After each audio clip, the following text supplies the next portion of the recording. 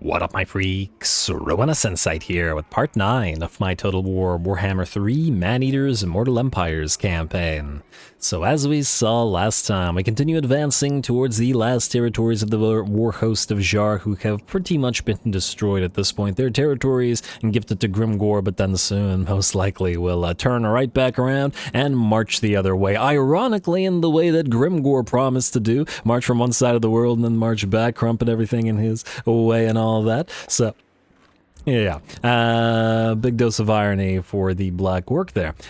We are also pretty much done with the Dragon Isles here, and Kugath is pretty much destroyed, and I don't imagine he'll be up to the task of defending the remnants of his territories, which will mean Greasy can then move into these territories instead, presumably. I mean, there's some decent stuff here, and we are making an empire in addition to all the contract dealing we're doing.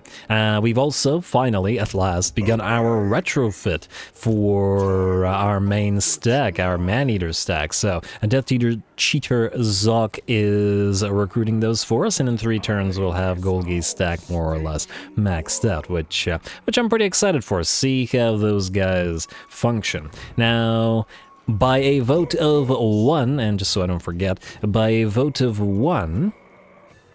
we will be doing, let's see, Lore of Beasts. Yeah, or Beasts.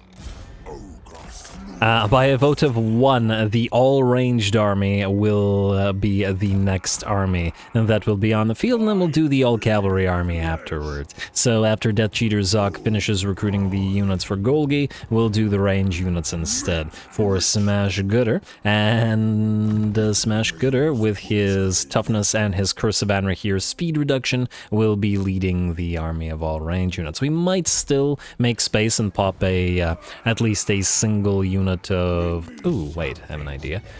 A hunter with poison, cunning, would probably be pretty solid because it reduces speed even more in this ranged army. So let's get you in the field immediately as well. And I forgot what I was talking about. Oh, Curse of Anrahir, speed reductions, all that sort of stuff, lead the ranged army. All good. Anyway, also between the episodes, one more thing before we can continue. I added a few names into various units. We got the Ankle Biters. Well, mostly I named a bunch of the Pigback Riders, because they've really made a name for themselves, helping obliterate Wolfric and all that. So Ankle Biters, Man Biters, Fear Spree. I don't speak Gaelic, so I don't... yeah, if anybody help me pronounce that, that'd be real swell. Gorktech Chosen, and Shinshankers as well for one of the unit of Noblar Trappers. I love the little guys, and I'm glad they have names. Plus, Shinshankers, Man Biters, Ankle Biters, all are really kind of thematically appropriate and sort of echoing each other. If we could get some giant names that are kind of in that line, that would be real swell. Plus, as I understand it, as somebody... as whoever suggested the name explained, Fear Spree is a sort of festival that involves pigback riding, so yeah.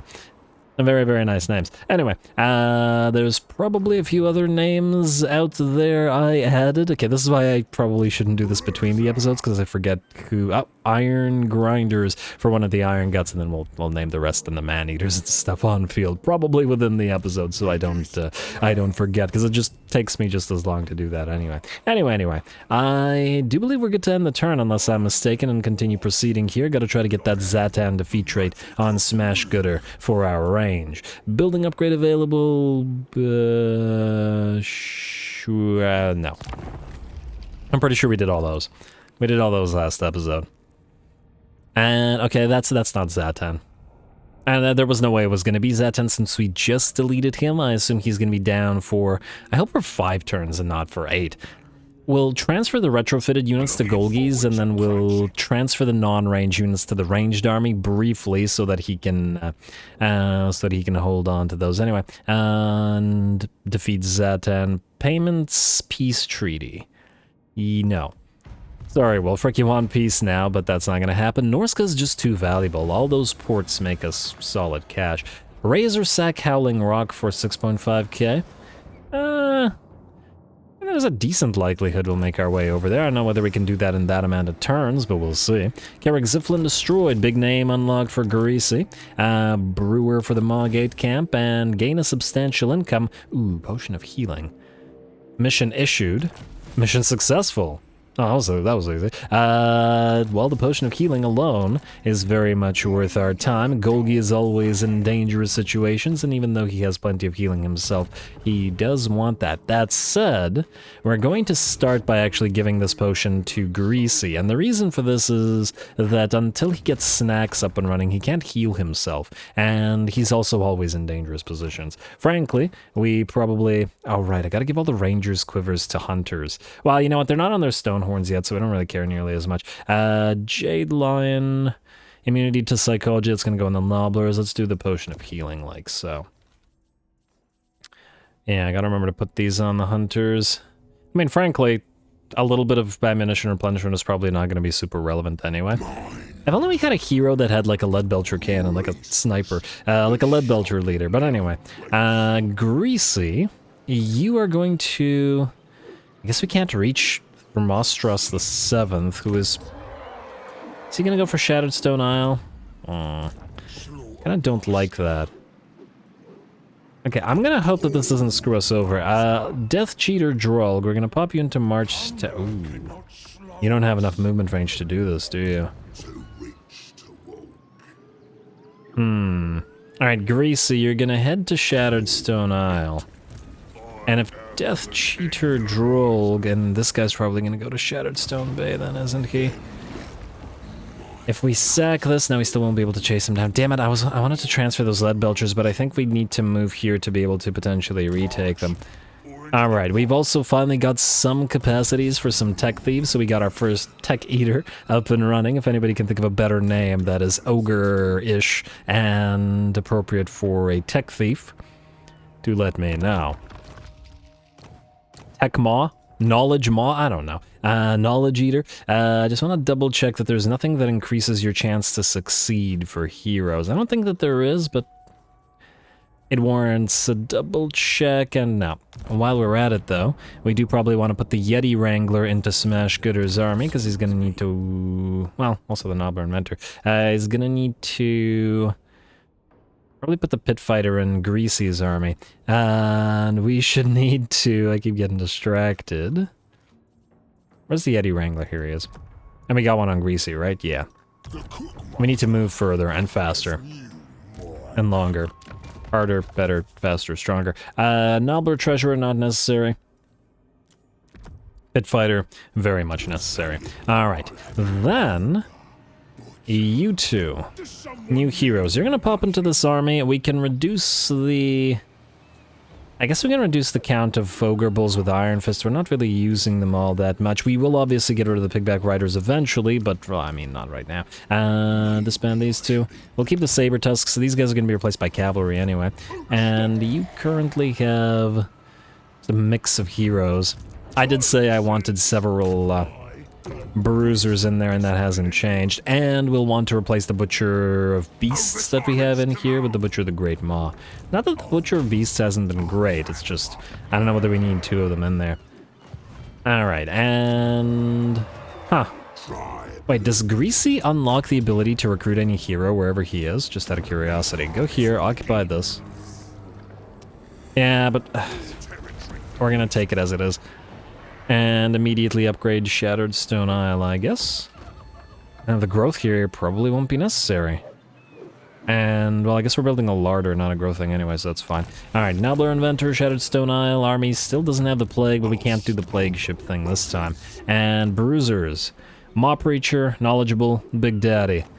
We want one more of those guys, but not in this army, I think. Ooh, Flabby and Tough. We got some good hunters. Huh. I think we want to get those on field, not necessarily over here, because we're going to split this army off into two armies. One into a sort of winter army, and the other one into a different army. And looks like Felman Ingerson's going for a Longship Graveyard. Aww. Just double check him out, I don't think there's anything we can do about that. Alright, that's fine-ish. Also, Doomkeep camp, yeah, you're still building up, that's fine. We gotta get all those camps up to tier 5, because every tier 5 camp will give us, you know, more camps. You can't reach this place. I forget, do you still heal while raiding? You're in our camp territory, so you should. Not as much as... Oh, actually equal amounts. Oh, but raiding took all your movement range. Well, I suppose if we're occupying Grayling Moot, it doesn't really matter. I'm just gonna assume that we can reach it, raid a little bit. Probably could have stayed in Doomkeep and just healed up a little bit more, but I think that the defenders here probably won't be too concerning for us. Minus the fact that this camp will once again not be in range. We definitely get out of the range of camps very, very quickly, which I guess is a bit of a shame. We'll need to build the Man-Eater building here, so we need to transfer. I guess Brawler Gut's gaunt, you can transfer to Malgut. 1 second, guys, 1 second. Bay of Blades camp. Like so. Alright, there you go, and then that'll allow you to build this building. There we go, and in 3 turns, you'll be at tier 5. Beautiful. Oh, you've also leveled up unless I'm mistaken. You can go into Renowned and Feared next, I suppose, so let's get you... really strongly doesn't matter. Devouring Maw, Renowned and Feared. Looks good to me. Alright, Golgi. You should get some of that money and meat back by taking on Ironstorm. Like so, and oh, I forgot to get those hunters up and running. 1 second, auto-resolve this and gift to client for 10,000 gold. And keep proceeding. Oh. You're gonna suffer attrition. Alright, go into encamp stance, and I guess we'll go for Dragon's Crossroad first. Alright, oh, we won't go for Dragon's Crossroad first. It looks like some Cathans are out here. Oh, I really hope they don't destroy Bloodwind Keep then. Uh-oh, it's barely defended. Okay, you know what we might need to do? We might need to besiege it and wait for 5 turns until Zatan is back. We don't necessarily need to do that with Golgi himself. We can do it with one of these guys. While we travel for the retrofit, that'll also make sense. Alright, Nog Flag, you're gonna transfer to Smash Gooder's army.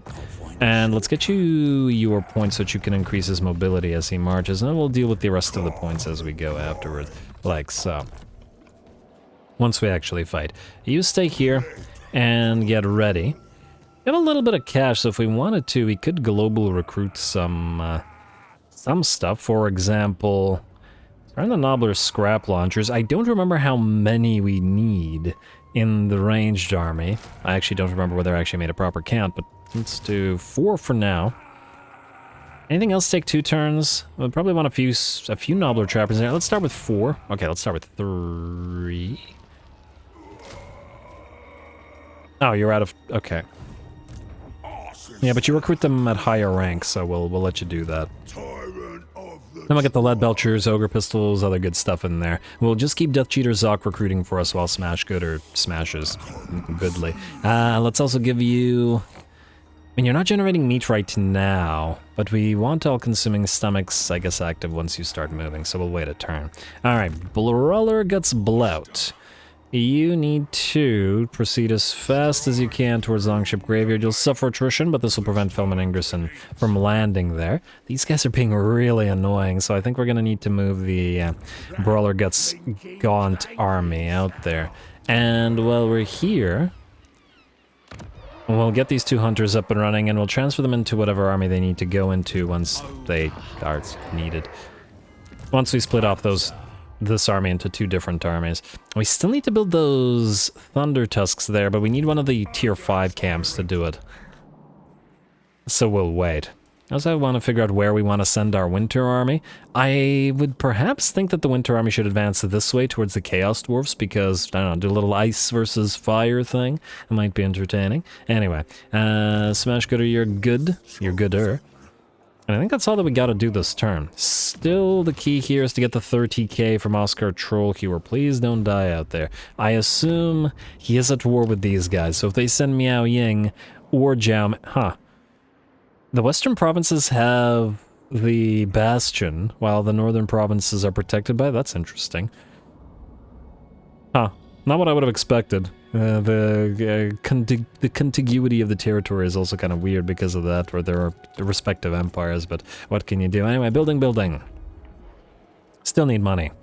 All the money we can get. Start with the larder. Nobbler country, we got larders and fire shrines being built everywhere, right? And, oh my lord, they're expensive, but they're not gonna get any cheaper. In fact, this is the last turn of materials at sea, and I do imagine we'll want to, we will want to try to send somebody out to sea to pick a little bit more of those up. Alright, build more larders and stuff. We'll need more bruiser buildings. Let's go for the granite works here and the money building. Nordland and Ostland. Okay, well, actually, Nordland cannot be ignored because we want those furs, but Ostland, I believe, will be traded. This isn't Norden will be traded.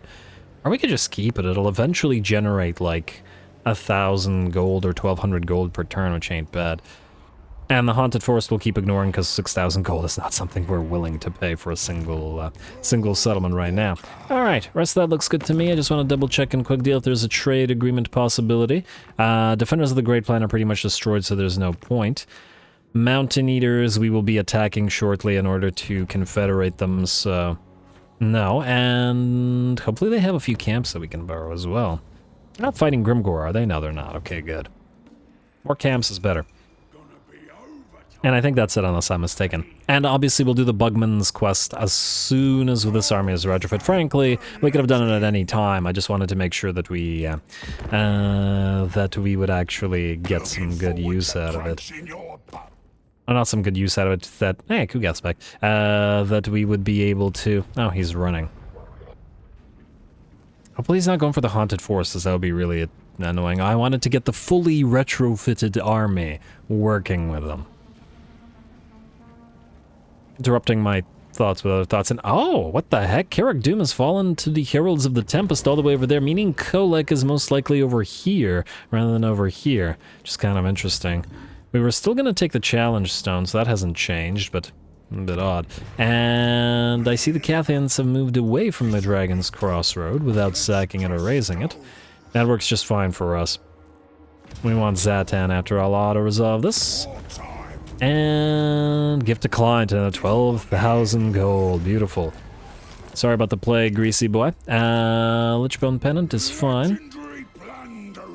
Go, I guess, again into camp stance. Move a little bit further. We just have to wait for Zatan to revive. And 3 more turns, man. Look at this contract. I'm really hoping... Now, once we complete the contract, maybe even ending the turn will allow us to get a big contract from, let's say, the Western... Oh, they need to be actually at war with the Greenskins. Who's the Greenskin at war? Who are they at war with? Only Zatan. Well, we're not going to do a contract with Zatan, probably. Although it would be funny. And kind of appropriate. I'll think about it. You are good, yes? You know what? Let's have Smash Gooder take the retrofit forces, like so. And this will allow us to build temporarily 2 more Nobbler Trappers. I don't think we'll need 5 of them in this army. It'll be more like 3 most likely, just as part of the sort of main line. But, you know, I want the army to actually be self-sufficient while we recruit the other units during this retrofit. Materials at sea gone at last, alas, so our buildings will once again be stupidly expensive. Brawler gets gone. Head to Grayling Mood, please. And where did Felman... Oh, he's being so irritating. Oh, you're gonna have to fight this. I don't mind that. Always enjoy a good, a little bit of action from our little nobbler friends. Now, you cannot reach Felman Ingerson. What you can do, I think, is risk suffering attrition by... Oh, we won't be able to close with it. Damn. He's just gonna keep doing this until we get another hero up and running. Denied. Altar of the Crimson Harvest, I think, is not a broken territory, and I feel like since we've invested into this, I really don't want to let it go. Alright, go here. We'll see where he goes after this. He is in march stance constantly, so the minute he gets caught, he's screwed. Fight this in a second. I want to see Greasy before we do, though. Greasy. So, you cannot chase Kugath. I mean, you can. I wonder where Kugath will go, though. You just can't reach Dragonfang, man, but you still have to go there. Or else he'll just build up another army here. So, we're gonna do this. We're gonna send you here. We're gonna keep Death Cheater Drollg in Shattered Stone Bay, and we're gonna hope that if this guy attacks us, that'll be sufficient to defend the place. With the 3 Lad Belchers. Even though he's got the Soul Grinder and stuff, but no, what can you do? You're gonna go... I was gonna hope to pop you into raiding stance, but that's not gonna work. I guess we'll just get as close as we can. I think what I should have done is summoned a second Lord so that we could have maintained as much movement range as possible with Greasy there. Death Cheater Drollg could have possibly served that purpose, but obviously not right now. Tech Eater, currently named as such, go over there. I think there should be another landmark over here for us somewhere as well. Not in the Gashazar, though, obviously that. The Sentinels... Income from terrors, 50%? Yeah, we have to kill these guys for the landmark. Oh, I wonder if we get something out of the Graves of the Dragons. Plane of Bones, whatever. Could be interesting. Anyway, I think that's enough non-fighting. Let's do some fighting. Nobblers, it's you.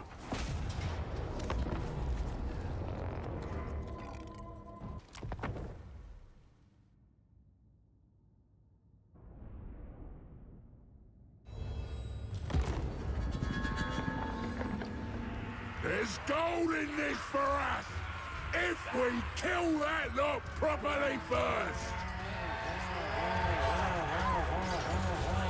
Alrighty, here we go. Now, I know that this has been a relatively admin-heavy episode so far, and I do want to warn you guys, it is still going to have a fair bit of admin. Don't get me wrong, we'll get more battles, but this is a retrofit episode. We're heading towards new armies and doing the retrofit for armies that we currently have, so it's necessary. It'll be worth it because then the episodes after we'll be able to do more fighting rather than recruitment stuff. Anyway, speaking of fighting, we're going to start the battle off with the Nobblers, moving forward. The Paymaster rushing forward as well towards this barricade, but it looks like said barricade will be cleared by Dagger before the other units get here. And these guys are going to start trying to smack that platform down.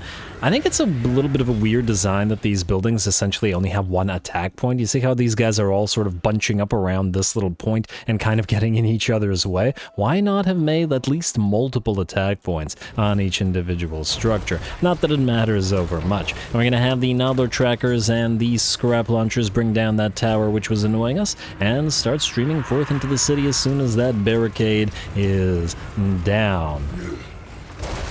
There we go. Down goes the barricade as we move right through it, almost right on cue, and we head towards whatever enemies are in here. Heralding our arrival, more shots from those Scrap Launchers smacking into the Marauders, Marauder Champions, I should say, down here. So it's probably a good idea that we get the Bruiser and the single entities in before anything else. Also, a little bit of a preview, I suppose, because our single entity army, our hero army, is going to look a lot like this, right? Minus the giants, of course, just bruisers and other hero units. We should have capacity for them reasonably quickly, so I am excited to try them out. I had a lot of fun with the sort of similar kind of army. I mean, not quite a hero army, but in our recent Kislev campaign with Uragni Zinoviev, sort of elite force, he had a bunch of heroes, plus just like a few units. Berserk units running around. It was really fun. They got a lot of brawling fights, and oh, that poor doggy. Okay, but it looks like the doggy will escape the bruiser. Yes, oh, poor little guy. Alright, anyway, Norscan Warhounds booking it on out of there, but it looks like the entire blob of Norskans is in fact trying to run away from us. At least out here we'll be able to get into a little bit of a fight with some Marauder spears. I'll take a few daggers to the face before the pigback riders start facing off against them. It's spear on spear action, I guess, and the Nobbler that's the top is almost of a height with the Marauder, so I'd say it's pretty even here. What do we got in terms of stats on these guys? Incidentally, 47 melee defense, so pretty darn solid. We got pretty even, actually. 48 melee defense on our Nobbler Spears, and our Nobbler Spears have higher melee attack as well. That +5/+5 melee attack and defense from our Paymaster is really helping. Anyway, these guys are going to be facing off against each other for quite the while, especially as more spears and more units move down. We did get a nice burning head moving through the lines of enemies here, mostly because we were getting kind of annoyed at them running away rather than fighting. Personally, I've never really liked this behavior from the AI, where in minor settlements they, for whatever reason, have a tendency to run rather than fight. But all good, as the burning head was just too fast for them to get away from. Lovely. And if you're wondering why we have all our single entities here and none over here, it's mostly because I wanted to give the other Nobbler units a chance to actually fight, rather than have the giants or the Lord and heroes do most of the work. Or maybe not most of the work, because as we've seen, the Pigback Riders, especially the Regiment of Renown, have a tendency to rack up those kills quite a bit. Oh, and I noticed that the Pigback Riders, unlike the regular Nobblers, have actual proper helms. Because or is it the Hunters? Wait. Somebody has those like pot helms, right? Rather than actual helmets. Yeah, no, the Hunters have the little furs instead, so I guess it's just the poor regular Nobblers. Man, I guess the regular Nobblers, they got outclassed so hard. Will anybody ever build them again? What's the purpose of them now that we have Pigback Riders? Certainly they're a little bit cheaper. I guess if you just need sort of disposable troops, I guess. And especially if you have Nobbler Kicker Unbreakable units and you don't want them to do any damage, although I don't see why you wouldn't want them to do damage. My point is the Pigback Riders are so significantly better than the regular Nobblers, it doesn't really seem any point. The Hunters still remain really good, but I mean the regular... is it Nobbler? Is it just Nobblers? I don't remember the name of the actual unit, but I suppose it doesn't really matter. These single entities have made it into the fray now, as the other side has been cleared. Bruiser is a bruising, Firebelly is doing whatever Firebellies do. And of course the Paymaster. Once again, loving the Paymaster animations. I like that he's sort of like unbalanced a little bit, and he sort of swings around. Got that big old weapons, but also that big old pay chest. Maybe you should have put another bigger pay chest on the front, and then it would be a little bit more balanced, counterweight, and all that. Anyway, it looks like more Marauders heading down towards us, and it's the Icehorn Marauders. And they're actually... oh, this is the vanilla variant of the Icehorn Marauders, who look good, but in SFO, these guys are essentially equivalent to a unit of Marauder champions. They have heavy armor and heavy stats to boot, whereas here they're barely stronger than, by the looks of it, regular Marauders are stats-wise. I mean, they've got solid stats, but no armor to speak of, and they will get ripped apart by the Pigback Riders, who don't need the whatchamacallit, armor piercing to deal with them. Still enjoying all the animations from the Ogre single entities as well. The Bruiser, the Paymaster, the Firebellies. And Ogre Lord and Hero animations are quite nice for fighting. I guess while it is unfortunate that we don't have mount options for anybody but the Hunters, and I guess the Hunters only the Stonehorns as well, but at least we get to watch them do their infantry animations, where on the mounts they would most likely just be doing the mount animations, which wouldn't be quite as fun. Though I still think we still need to get Rhinox and Crusher mounts available to some things, at least. Anyway, it looks like some of the Norscan Warhounds are returning over here. We did leave a few of our Pigback Riders and Nobbler Trappers behind in case some of the enemies rallied and came on back. And the Hounds will be taken care of by the Pigback Riders rather quick, because the Hounds are much more fragile. And up here, a few Marauders were chucking axes down upon us, but it looks like we have more daggers than they have axes. And these daggers ain't that small either. I mean, look at the size of them compared to like the model of a unit. They're like the size of a Marauder's leg. This is with their tips buried into the ground as well. It's like it goes to waist height basically. That's a big old dagger, not to be underestimated. You expect, because the Nobblers are so tiny by comparison to the to the ogres that this would be, that these would be tiny little things as well, but no. Those are big daggers. You don't want to get hit by a dagger the size of a person's leg in the face. Anyway, single entities are continuing to move up, including the giants. Once again, I'm very happy still with the decision to have put the giants in this army. It's really working for me. It wasn't the original plan, but it worked out. I also like the fact that the giants, they're not as wide as Stonehorns or anything like that, and you can sort of still see the Nobblers fighting plenty of times.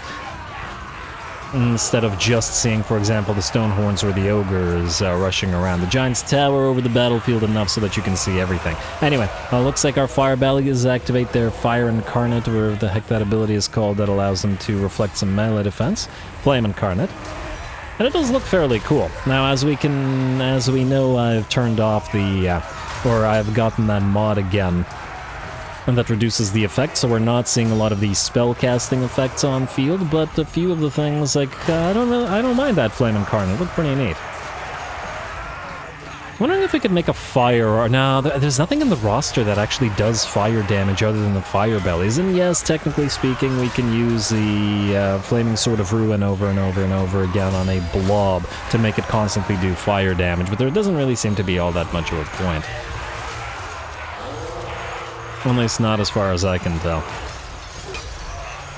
And especially since against certain factions, doing fire damage, like against the Chaos Dwarfs, is actually more of a detriment than a boon. Anyway, looks like the Giants are having a little bit of a tough time getting to the fray through the Ogres, but that's alright, as there's not much left in the way of foes. Bounce power shifts to about 90% in our favor. Our Nobbler scrap launchers are riding around trying to get a bead on whatever enemies they can find, while the enemy Lord has been too afraid to fight our single entities and has moved over here, so we're going to back off the ankle biters and the other Nobblers that are over on that side and prevent him from killing them. Alright, took a little bit to get here, but this actually turned out to be a pretty nice fight. I'm very much enjoying this.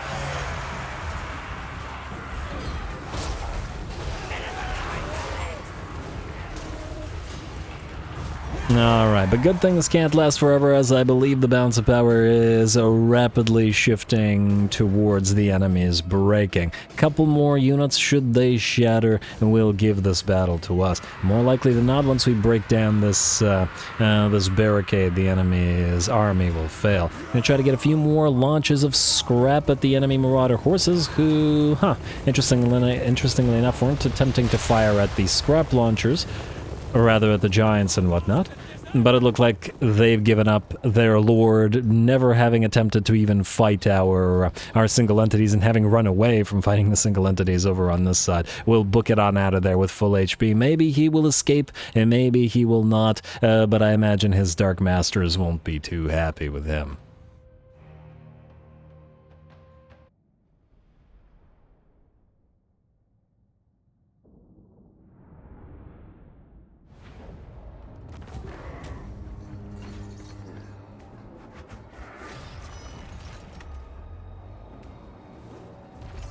Alright, very nice. So while the losses in the Nobblers were not insignificant, every single one of them losing about half of their number, at the same time, by virtue of our army's active abilities, we were able to heal up 3 out of the 4 giants to full HP, so a little bit of trade-off there. And I guess the Nobblers got the short end of the stick in that regard. However, at 270 kills, the Regiment of Renown of Pigback Knights continue to be very, very solid, outkilling the giants, outkilling the scrap launchers, outkilling everything in our army.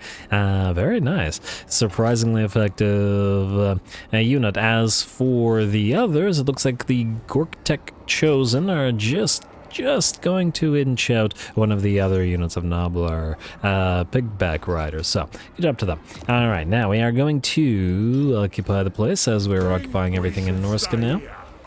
Pit Fighter, Obsidian Amulet, not gonna be crazy useful. Doomkeep has... What do you have? Oh, you still have that growth thing. We can delete that later. For now, build a pay chest store. Another big name unlocked. Lots of big names unlocked. Mountains of Nalfari. And, ooh, have we reached rank 12? It might be that we have. 1 second. Feast for the Strong. Yes to the Gold Horde. Yeah, keep the Bruiser building. Why not? in the way that we've been filling the Mountains of Mourn with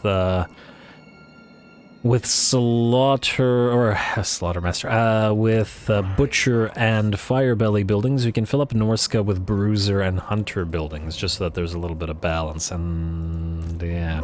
And we'll see what we got after that, and yes, these guys have reached their ranks. Incendiary.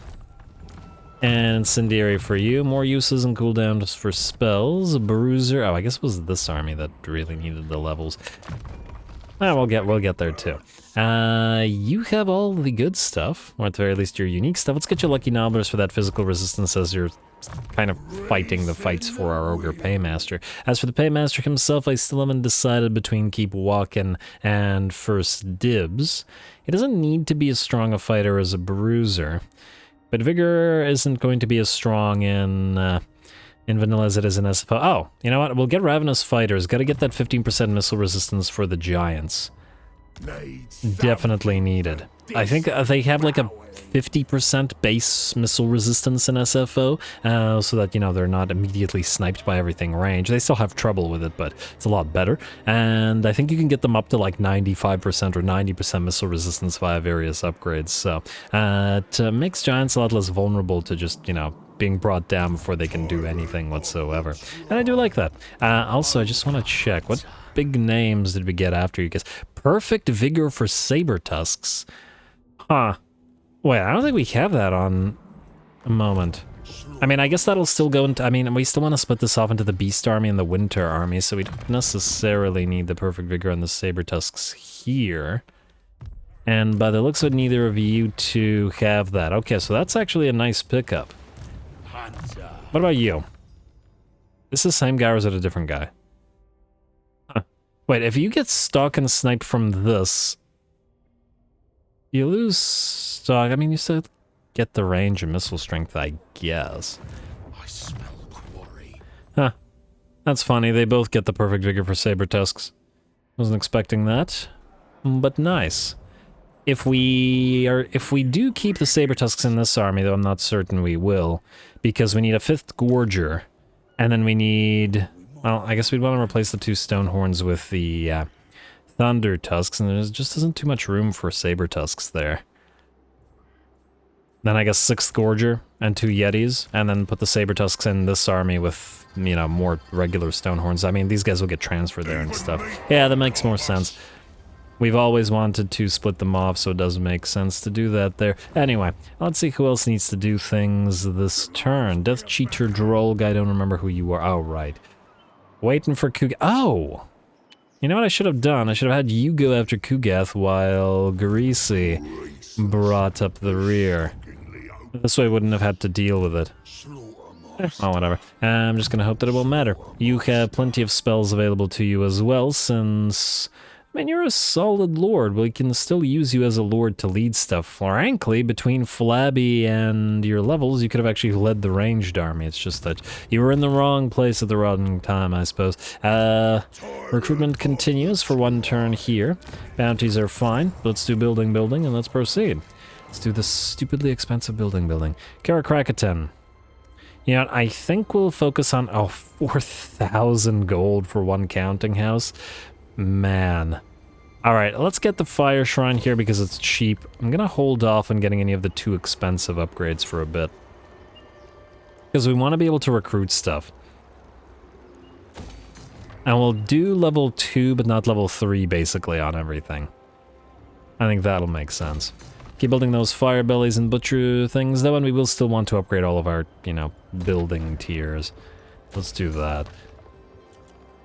And obviously the trade goods, because they're necessary. Norden we can ignore, Haunted Forest we will continue to ignore, and then Mountains of Hell, yeah, we want the Forbidden Citadel for that armor, even if it is the only settlement in this particular territory, so. And I think no need to waste gold on the Mahol there.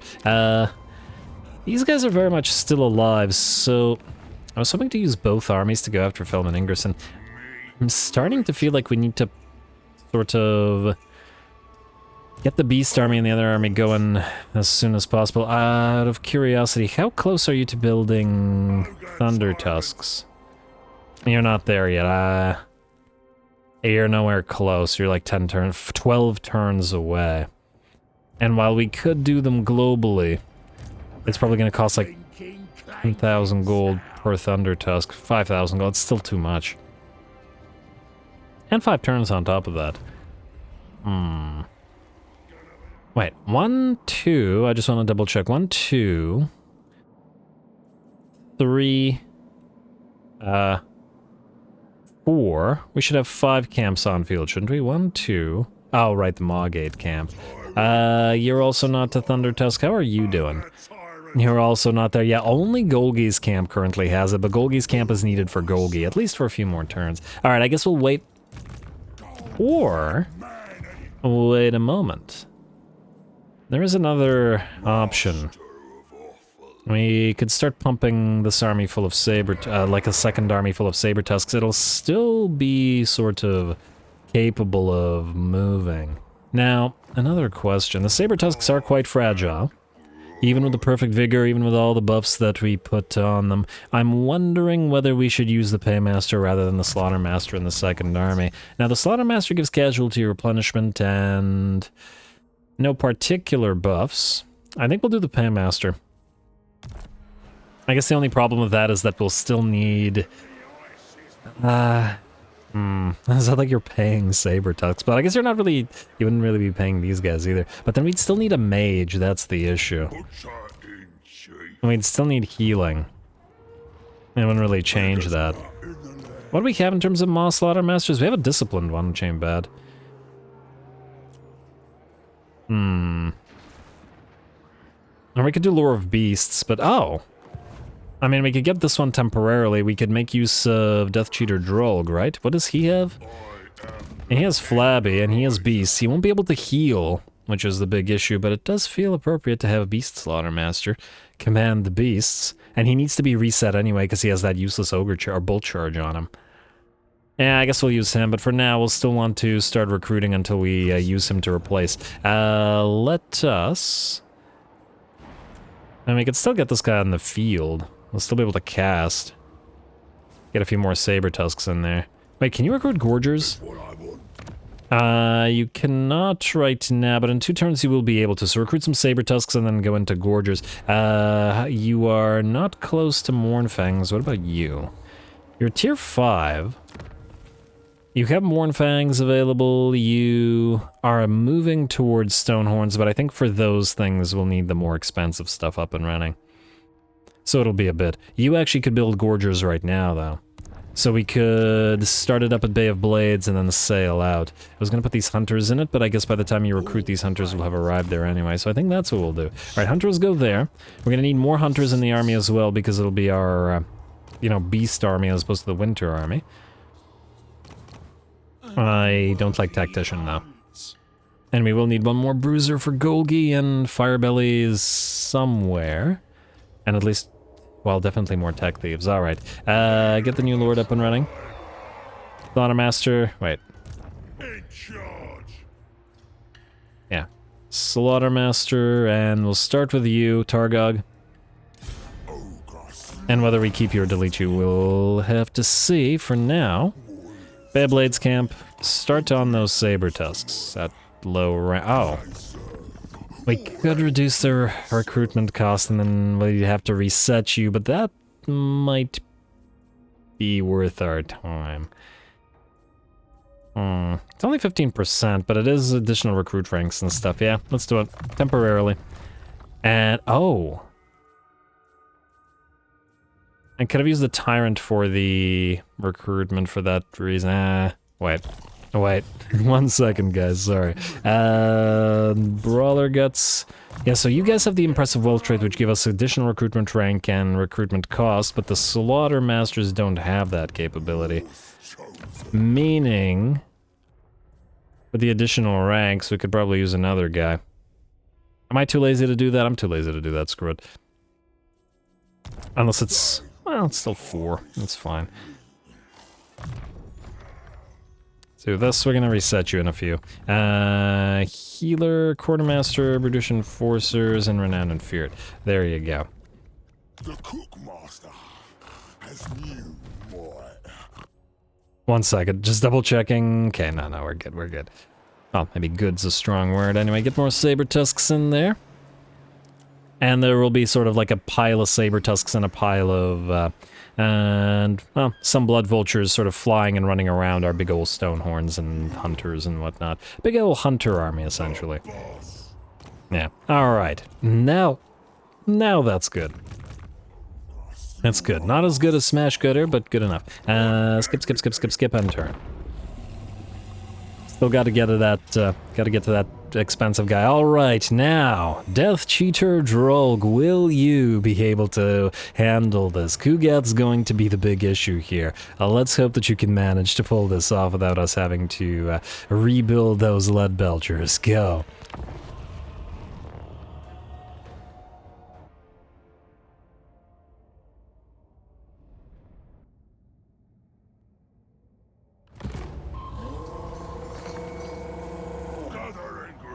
For me, and I will then cook this world's greatest feast.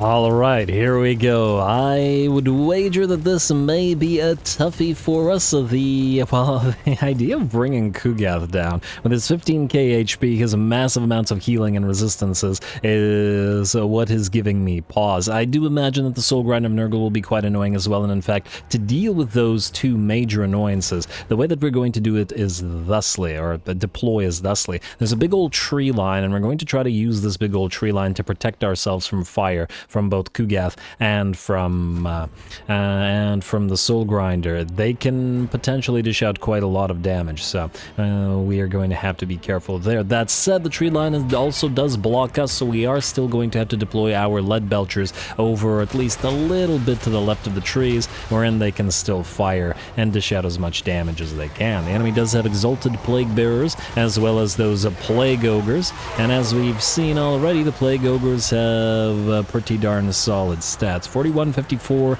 decently armored, decent HP, etc. And of course they have their Ogre Charge and immunity to psychology as well. Alright, they will take a fair few shots from the lead belchers, but only lose about, I don't know, 10 to 15% of their HP. I suppose the lead belchers might not be accurate enough to easily be able to deal with them. Fortunately for us, by advancing towards us with the Exalted Plague Bearers in tow, any stray shots that missed the Plague Ogres ended up hitting the Plague Bearers behind them instead, which does work out decently well for us. In the meantime, we've got regular Plague Bearers along with tons of Plague Toads and some Nurglings, as well as the other unit of Plague Ogres who have charged our main line. Now keep in mind that the main line in this particular army is just that garrison army, very, very basic units, just Ogre Bulls and basic Nobblers, and they all have garbage stats, they have no buffs, and the only reason that they haven't broken already is the fact that the trees are protecting us from range fire and the Vissen's wild form that we've been spamming to give them additional armor from our Slaughtermaster. Now, this doesn't mean the Slaughtermaster has to stay in melee, which is going to continue being dangerous for us, but hopefully he can stay alive long enough to keep these guys going. Lead Belchers continue doing work, and finally they've done damage by the looks of it enough to the Plague Ogres, knocking them down and knocking them out, and by the looks of it, at least one of the units is done for. The Bounce of Power, however, 2 minutes in, is in fact shifting towards the enemy's favor, and we are starting to take a little bit of damage on at least one of the units of Lead Belchers to range fire from the enemy. Not much we can do about it, however. At least the Plague Ogres are out of the picture, at least these ones are out of the picture. And by the looks of it, these Exalted Plague Bearers are in pretty bad shape as well. They did manage to use up most of their ammunition, unfortunately, which is the exact thing I wanted to avoid, considering how hard it hits. But, well, you can't have everything, I suppose. Our Slaughtermaster continues to spam Vissen's Wild Form and Flock of Doom. We're obviously not spotting the effects because, once again, the mod prevents it. And, ooh, nice big old Blight Boil coming in from the enemy. We try to advance forward, but we do get hit or clipped by it and take quite a bit more damage for our trouble. Bounce of Power remains in the enemy's favor 3 minutes in, and the enemy continues fighting. Our 2 Nobbler Trappers are also sending their daggers flying into the enemy Plague Ogres that are still in the midst of the fight, knocking out the occasional regular Ogre Bull of ours, as they are the superior unit. I think the Plague Ogres are tier 3 units, yeah. Up a tier. plus traits and all that. And the Plague Bearers are still very much in the fight as well. About a third of their HP remaining and more than half of their units, so those Plague Blades of theirs are still swinging. Looks like the Soul Grinder has nearly run out of ammunition here. And has done some damage, but nothing too crazy. Once again, the trees have helped us out pretty tremendously, by the looks of it, blocking at least 2 out of 3 of those shots. And there's no guarantee the other shot is accurate enough to actually land. Ounce of Power started to very slightly climb, still in the enemy's favor, but not as much as it used to be. Plague Bearers and Plague Ogres still in the fight. And, ooh, looks like we just got hit with a Miasma of Pestilence, as well as some shots either from Kugath or the Soul Grinder. I couldn't quite tell which. Our Lead Belchers are now focusing on the Soul Grinder, firing back at it. Would be a waste of time to fire upon Kugath because he just has way too big of an HP pool, and we don't have enough ammunition to break through it with the Lead Belchers. Besides, in the same way that we were protected by the trees from range fire, the enemy is as well. And a lot of our Lead Belcher shots will not actually hit Kugath since he is using the tree line for cover. Alright, by the looks of it, this Plague Bearers are finally beginning to melt away. The Plague Ogres have booked it on out of there, and we have sent our Nobbler Trappers to help the Lead Belchers fire back at the Soul Grinder. That said, by the looks of it, the Soul Grinder is out of ammunition, and while it will take a fair few cannon shots, it will start moving towards us. Melee defense-wise, it's a fairly decent 41. And 68 armor. Once again, we gotta remember, in melee, we don't have much recourse here. Basic Ogre Bulls and Nobblers, they're not gonna do damage. So we need to do as much as we can with our Nobbler Trappers as well as our Lead Belchers. That said, this frickin' Soul Grinder charging from group to group of Nobblers, and while plenty of Nobblers are dying to our own cannon fire, it's, I guess, worth it to keep this thing locked down for just that little bit longer. Down to about 40% of its HP, I think it's time to charge forth towards it with, oh my lord, cannon fire to the back of some of our own Ogres.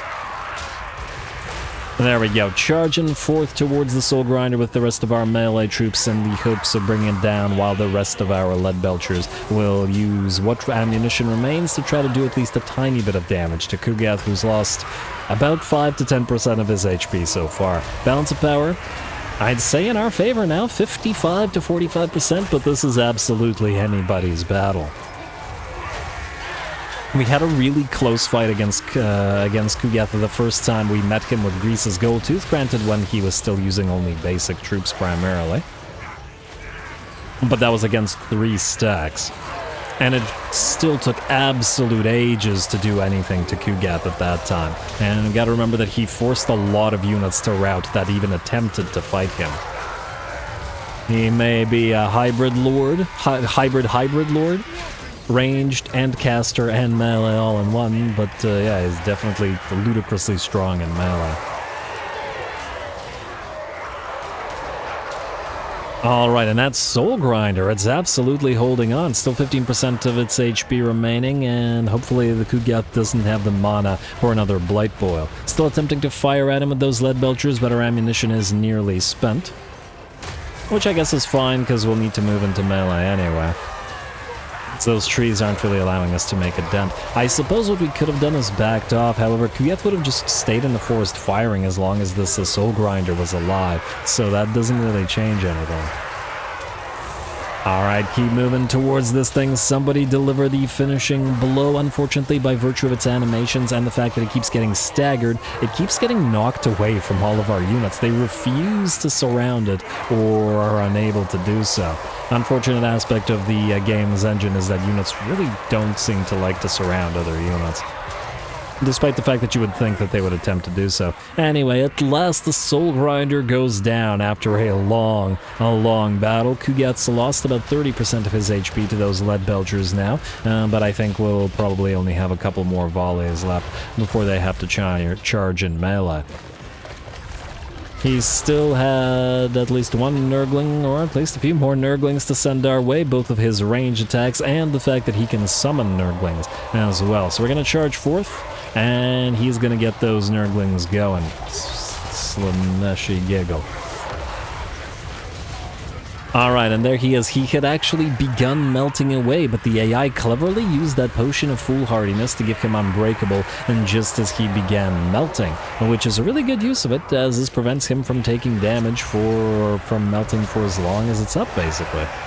Which is really nice. Plus, with the Nurglings on the field, he is no longer the last unit on field, and thus, by the looks of it, this may actually allow him to rally despite being in the center of the fight. Bounce of power remains at only about 60% to 40 in our favor, and Kugath and his Nurglings are very much still in it.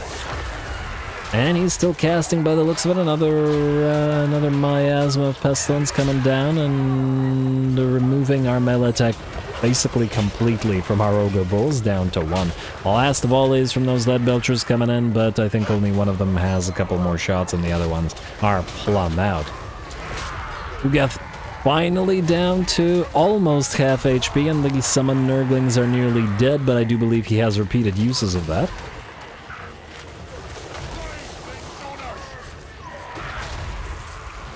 On the one hand, it was a bad decision not to chase down Kugath, but on the other hand, it was a good decision because he's given us a proper fight. I've said it before, but sometimes these smaller fights are really, really entertaining because you can very much always lose them and you really do have to work for your victory.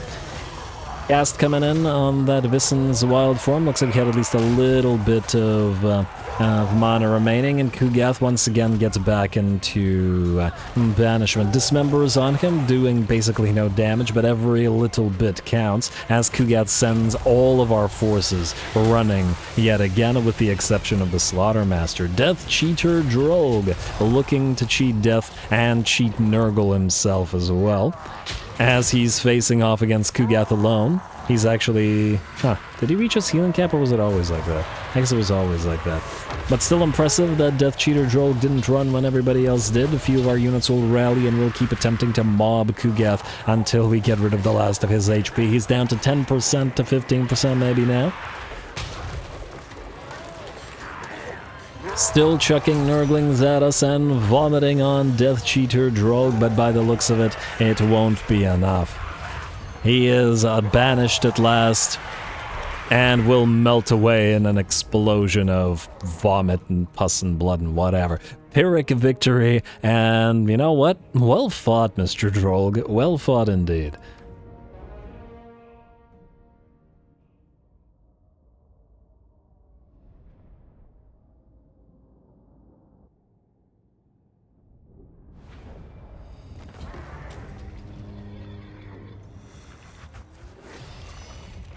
Wyvern, but it's kind of meh. I hadn't seen the weapon before, but it's man, the Ogres get a shockingly large amount of range. Like, I don't think any other faction gets nearly as many range bonus weapons. Not the Wood Elves, not the High Elves, it's the Ogres, but the Ogres only have the Hunters who actually have any range damage available to them, and I suppose Golgi to some degree, but yeah, odd. But anyway, lots of damage on our lead belchers, which won the battle for us, though it was extraordinarily difficult to still bring down Kugath. But as a last hurrah, last attempt to survive for him, that was pretty good. So good job, Kugath, for giving us that nice little fight. I'm going to take the money because there's no need to heal. This army will be destroyed next turn, and I assume Kugath... Oh, you got that hair freshener as well. Once again, it's not a great trait, but I suppose we did pick up a few plagues on the way here, so why not, right? I wonder how much money we're gonna get for completing this contract, considering we've gone over. Lewin wants to trade. His faction isn't crazy strong, but it looks like the Imperials will keep him alive, so yeah, why not? More trading factions will mean more money, will mean more different army compositions. And Boldig, I'd love to trade with you, but we're going to confederate you by, you know, beating you into a pulp. So that's still going to happen. Trait gain, Death Cheater Droll, good Disciplinarian. There's that Wyvern Bow, which we will hopefully turn into a better, more useful item. Then, Garisa, you're going to take the last territory of Kugath. As much money as it is, we won't sack it, we'll just occupy it. Auto-resolve. Occupy. And with that, the Dragon Isles are ours, including the Sea Dragon's Teeth, bringing it up to 2.5k money out of the settlement already, which is lovely. And I guess temporarily, at least, we're going to have to pop Might Makes Right for that reduction in... Oh, we should build everything we can here because Greasy reduces the costs. Reduction in Plaguination. We got a fair few turns of that left after all. Gotta let the plagues run their course. Now... I guess this guy will automatically attack us here himself next turn without Kugath, so let's let him do that and suffer attrition and whatnot. Alright, Golgi. I imagine Zatan's not back yet. I haven't done a count of how many turns it's been, but here's what we can do. Go here. Gemikar in hand. Yeah, that's not a Zatan. But more importantly, we'll take Smash Gouda.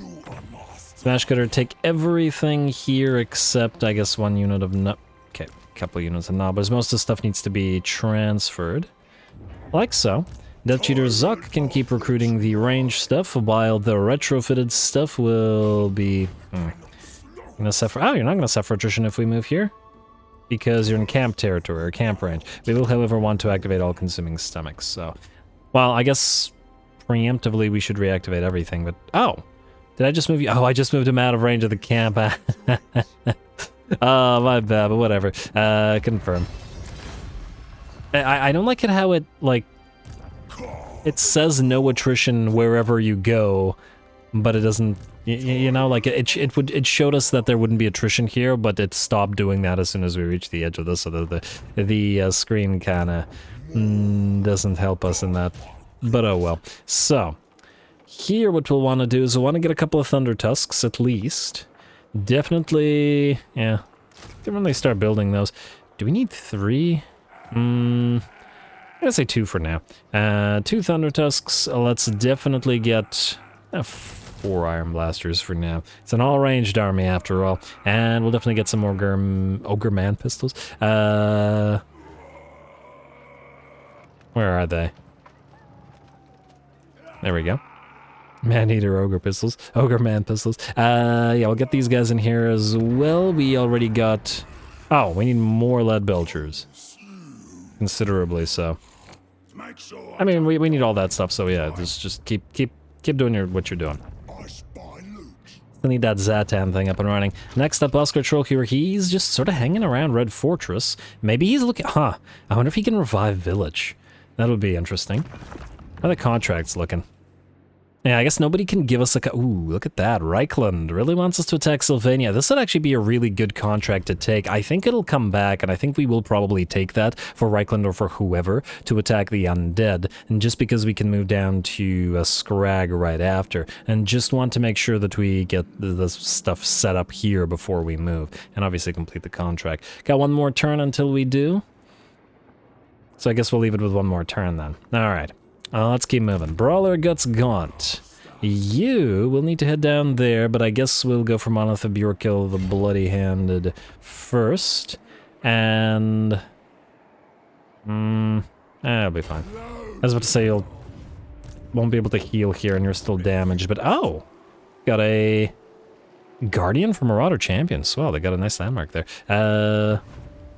Felman Ingerson, can we finally catch you? This army hasn't fought in what feels like far too long, so yes, we can finally catch you. Nobody here is ranked 12 yet, but hopefully Felman Ingerson will finally allow us to do this. Plus, it'll allow us to debut the SNOWHORN MOURN, which we've been waiting for. Also, before I forget, you need Gorgers here. Let's go 2.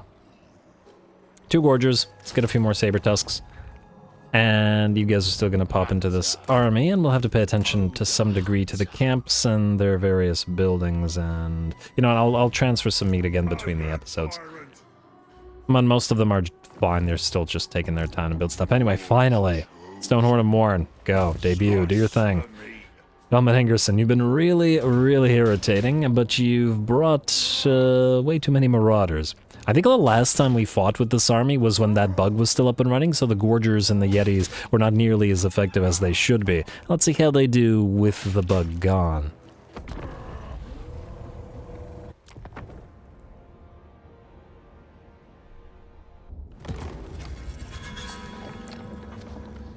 speech is only cleaving me and death.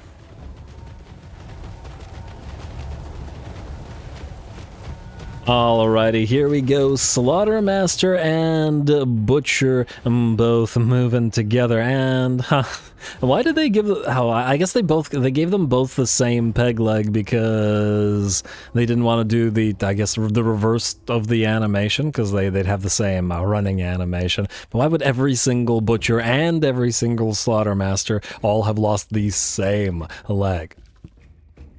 Anyway, the real reason, other than the fact that we haven't seen this army fight in a while, is I really wanted to see the SNOWHORN of MOURN in action as well. I think the first time I saw this thing was... it was a quest battle, right? You see this in... I don't remember which quest battle it was. It was a mountain quest battle, either against ogres or with ogres, whatever. But I was blown away because this thing looks really, really cool. I love the whole icy theme it's got, and this is going to be our winter army, as we got the Yetis, we got the SNOWHORN, we'll get some Thunder Tusks in here, and we'll see what else we can pop in to keep up with the theme. Once again, just disappointing that we can't get allies and thus get a few Frostworms from Kislev or, I don't know, something icy. But it'll still be nicey, I'd wager, as the Yetis and the SNOWHORN enter the fray and start fighting those Marauders. We're gonna let them close the distance a little bit and then countercharge a few seconds after. There we go. And allow the Gorgers to make the charge. Just wanted to allow the Gorgers to close the distance as well, and besides, we don't want to go too far as we are trying to hold on to this choke point. This is a choke point battle, and ooh, the enemy Lord takes half of his HP, loses rather half of his HP from that Stonehorn of MOURN, which, with all of these buffs up and running, Feasting Frenzy, Vison's Wild Form, Glacial Defense, 214 armor, and ludicrous damage, and all that sort of stuff. Lovely. And by the looks of it, Mr. Felman Ingerson wants no part of it. I guess this is why he was giving us the old runaround and not wanting to be in this fight.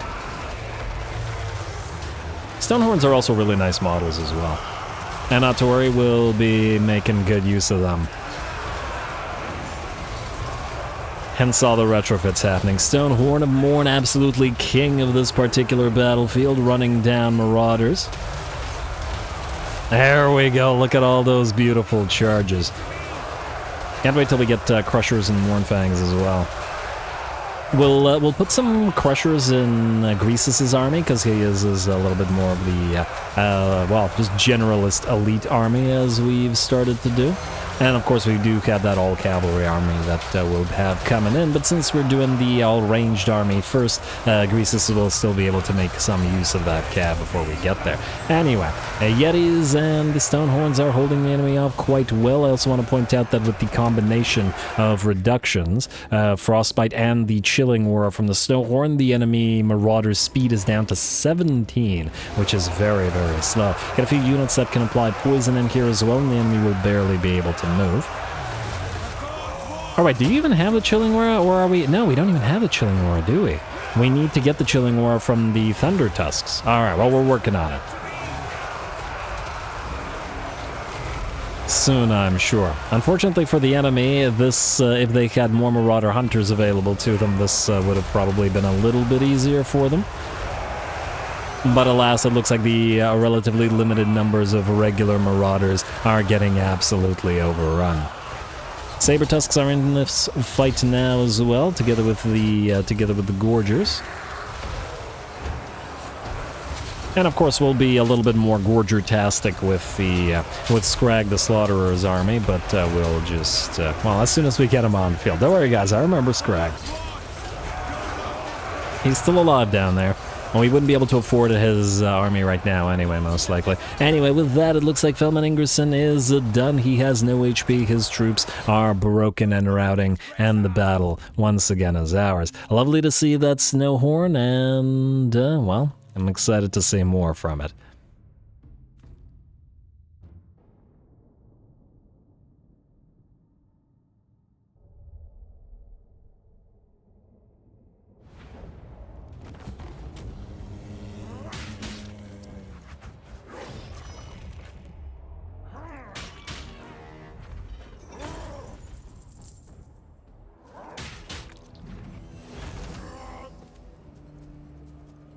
Alright, there we go. Much better. And finally, this guy won't be giving us the old runaround here. Lots of damage on the Stonehorns, including the SNOWHORN of MOURN, which basically defeated Felman Ingerson, while the Yetis and the Gorgers obviously did much better now that they are, now that that splash damage is back up and running. I feel like if that bug was still up, this would have taken absolute ages to get through all those piles of Marauders. Anyway, we're starting to run out of cash again. We started the episode with like plus 8k per turn. We're down to 1k due to all the units we're building, but hey, you gotta make money. Gotta get more units on the field.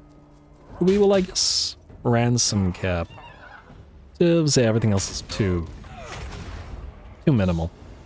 Alright, and Brawler gets blout. March Dancer right back towards the altar of the Crimson Harvest. Won't be able to catch Faustus Gulbranson this turn, but possibly next turn.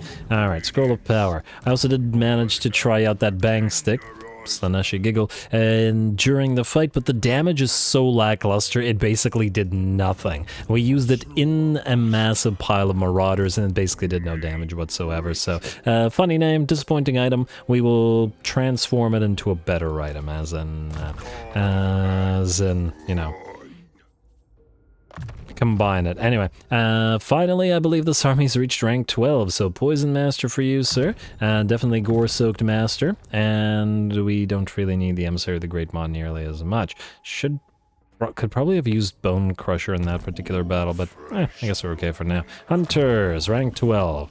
Run in with the pack, attribute, Vanguard deployment for everything in this army. Silent Hunters, speed and stalk for everything in this army, including Stonehorns. Upkeep reduction for everything in this army. Frenzy and weapon strength for everything in this army, and then a little bit of a bonus for Saber Tusks, which probably won't stay in this army, but we can still summon them, so their buffs don't matter. And then the same thing on the other hunter. Oh, you're rank 10. You're not... Oh, shit. Alright, I got excited, but with one hunter at least, it's still pretty good. Let's get you increased mobility, and then we'll hold on to the rest of the points until you are ranked up where you need to be. Other guy, Brawler Guts Crud. Replenish troops? Well, let's start with getting towards Dinner Bell, so Gore-Soaked Ritualist and Big Bellower. Into Dinner Bell, into one more point and replenish troops. And I guess we'll do... Actually, Feastmaster would have probably been the better use of that point, because it also gives us replenishment. In fact, it gives us more replenishment for the 1 point in addition to regeneration. And don't get me wrong, I do like the poison, but regen will always be... It'll always be superior. And especially since we need the butchers to actually be in melee. Emissary and Dinner Bell. Oh, Servant of the Maw. Hero action costing hero action success chance. So that's what we need on the Tech Thieves, which are... First one is presumably, yeah, not a high enough level to go there yet. But we'll just save those points in order to get Servant of the Maw. For now, since we're going to be attacking these guys anyway for the purpose of stealing their landmark here. Let's steal some of their tech as well. Don't die. Don't you immediately Yep. I have terrible luck with that. I had a feeling. And I did nothing to stop it. Why do I fear success? Anyway, Death Cheater Drog, you're sitting around, you're sitting pretty, and we have really no money to spend on any upgrades of buildings, with the one exception that we can make here at Pig Barter. We really want that Noblar Underbelly up and running. Faction-wide rating, poison attacks for all Noblars, it's too good. Too damn good. And Ruins End, I guess we could build a level 1 gold horde, but I think everything else, well, I guess we could upgrade the Tower. Now, you know what, we still need money for additional recruitment, so that hasn't changed. We do have a few lords that are recruiter lords sort of running around, so they're not being super useful right now, so that'll fix itself eventually. Anyway, we're just about out of time. I still want to end the turn, though. I want to see if Azatan comes back, and if we can hunt that guy down that's worth 60,000 gold, or 30,000 gold, because we really need him. And ooh, the monster upkeep reduction, that's coming in right on time, since we're pumping out those Stonehorns and Thunder Tusks and Gorgers and stuff now, and we'll continue to do so. We should still probably move towards Tribal Tribute, but I think since we're getting tier 5 camps up and running now, it's time to start moving towards Ogre Throng for this afterwards, so that we can actually have camps with our armies constantly. Because despite the fact that we now have an easier way to get them closer, it's still not as easy as we might like it. Alright, and the cavalry army will be afterwards. But anyway, skip, and end the turn. I didn't forget anything. But if I did, it's too late. Just gotta make sure to complete the contract this turn. And yeah, this guy will come in and he'll die. Bolt standard. Not bad. Take the money. And don't tell me he survived very slightly. Probably we'll attack him and he'll give us a plague. Golgi, I guess we can sack this just for the cash, since Zatan's still not here. And then, since it'll be sacked, we can move Smash Good in to deal with it. Felman Ingerson, oh, you want peace now, do ya? No. After all that running. Alright, I see Jamek, Ironhand, and Belagurn the Lash, but that ain't Zatan. Receives Plague, enemy killed in battle, Bull Standard, Disciplinarian, Upkeep Reduction. Oh yeah, needed that. And hello. Oh, another Ranger's Quiver. I'm not sure that we need another one. Shield of Talos and Ogre Blade. I will combine some items between the episodes, I think. Now, you will start by sacking Bloodwind Keep. Just sacking it. Don't delete it. Not resolve. Not worth fighting. And sack for the money, but keep him alive. Alright. Alive, but weak enough for our purposes. Deepwood Branch, more ammunition. Well, our hunters are going to be decked out, that's for sure. Then, Golgi, you're going to march rather this way. We got a Jerko to find. Where are you, Jerko? What's your name again? Oscar Troll Hewer. Well, at least it's not Ogre Hewer. Gotta hew something. Smash Gooda. You are gonna go into this stance. You will still have to transfer to our friend Golgi, but for now you'll be good. I assume, yeah, we still can't get another camp up and running, but that's okay. You... Dex. Our research rate went up. Oh, it went up very, very slightly because of the few tents we got. Ogre Throng, 35 turns? 35 turns to get to this. Good lord. How many turns to get to Tribal Tribute? 21. Damn, okay, we really need to start pumping out those tech thieves, because, my lord. Alright, is there anything here that's super critical to get? You know what, I think we'll spare the 5 turns to get Scrap Collectors. It's a very significant upgrade for the Scrap Launchers, and I think it'll be worth our time. I assume there's no additional upkeep production here, but upkeep production is the main thing we want because we want more armies of various types up and running. Oh, trade tariffs. It's not bad. Construction cost reduction, but only for capitals. Alright, now either way, what doesn't change is that we have to complete this contract now. So, mercenary contracts, Grimgore, complete. So, 13.6k? Really? Doing this like 5 times as effective as only... Or will it give us a bonus after? I guess we'll find out. Complete contract. Yes. Alright. And the reason I'm completing this early, yeah, it is that much amount.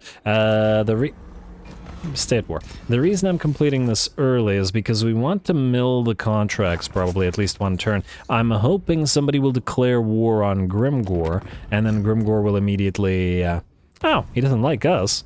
Really? Really? We just gave you... Okay, we just destroyed your one and only enemy, and... Oh. I do like the fact that he's over here, though. After this guy, we'll march right back and knock Grimgore around a little bit. He can't kill the camp. No, it's a pretty elite camp. There's no way. There's no way. I'm hoping that we get a contract against him, but if we don't, we'll... Has anybody tried... Is it possible to declare war on a faction and then get a contract after, or no? Is that possible? Because then maybe we could, I don't know, get one of these factions to attack him, and then get a contract going. I still want to get to. Is this a mysterious island? Sea Corpse? No, Sea Corpse I think is a fight. Okay, so you're gonna go here. We'll land at Ruin's End, but let's get out of the plague place for now. Go really close to this, like so. Greasy weight. Construction. No. No reductions. Go here. We'll grab that. Death Cheater Drolg. We will knock out Fraltros Slaughtercall. Auto resolve. And take that away from you when we delete you as well. And we'll take the tiny amount of cash, and then this will be transferred to Greasy. And then Poxmaker's destroyed, we'll move you back to a camp or get another camp up and running, and then get Greasy's other elite stuff. I'll deal with the meat and whatnot between the episodes once again. You're still building, just gotta get to tier 5 on every camp.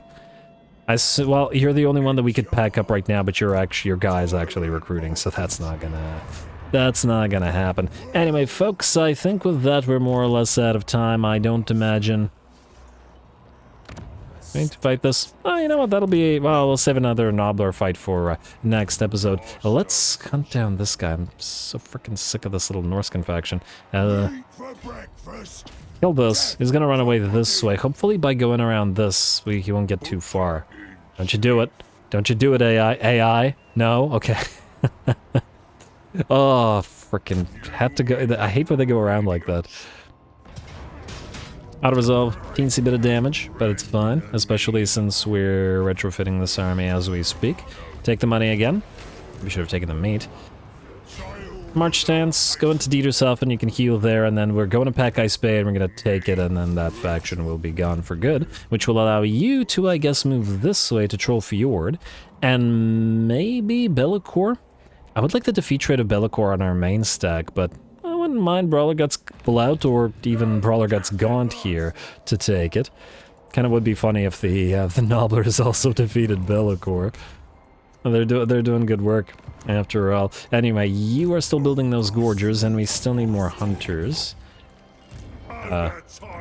Hunters? Tactician, another flabby one, yes. I figure in the Beast Army, which is just going to be Stonehorns and Saber-Tusks and maybe Vultures, we will have 4 Hunters, so we'll do that. Pop them all in there. And if they are indeed led by a Slaughtermaster, that'll be the only mage we need. 3 Hunters, maybe 4? I'll think about it, considering they provide lots and lots of buffs. Anyway, that army is still on the way. At least the Beast Army will be relatively cheap, because, you know,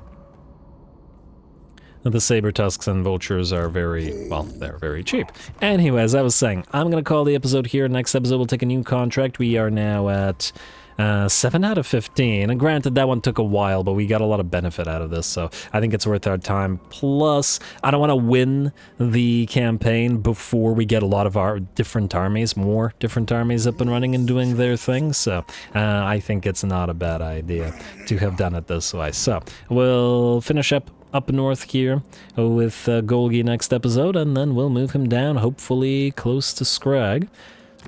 We could even... Oh, we don't even have that Sylvania contract up and running anymore, but we will. We will. Black Powder Discipline, eh? That ain't bad. Oh, huh. Contract against the Scaling. We could take it and immediately win it by immediately killing them, couldn't we? It's kind of interesting. And Nordland has one against the Scaling and World Walkers, but it's quite a bit, and... Well, actually, teleporting here might allow us to go after... Might allow us to go after Bellicor. Lots of options. Anyway, I keep ranting and not ending the episode. Episode's over. More Ogres to come. Stay tuned. Don't forget to leave those likes and comments below, especially the threshold for the hour-long episodes. All glory to the algorithm. And thanks for watching.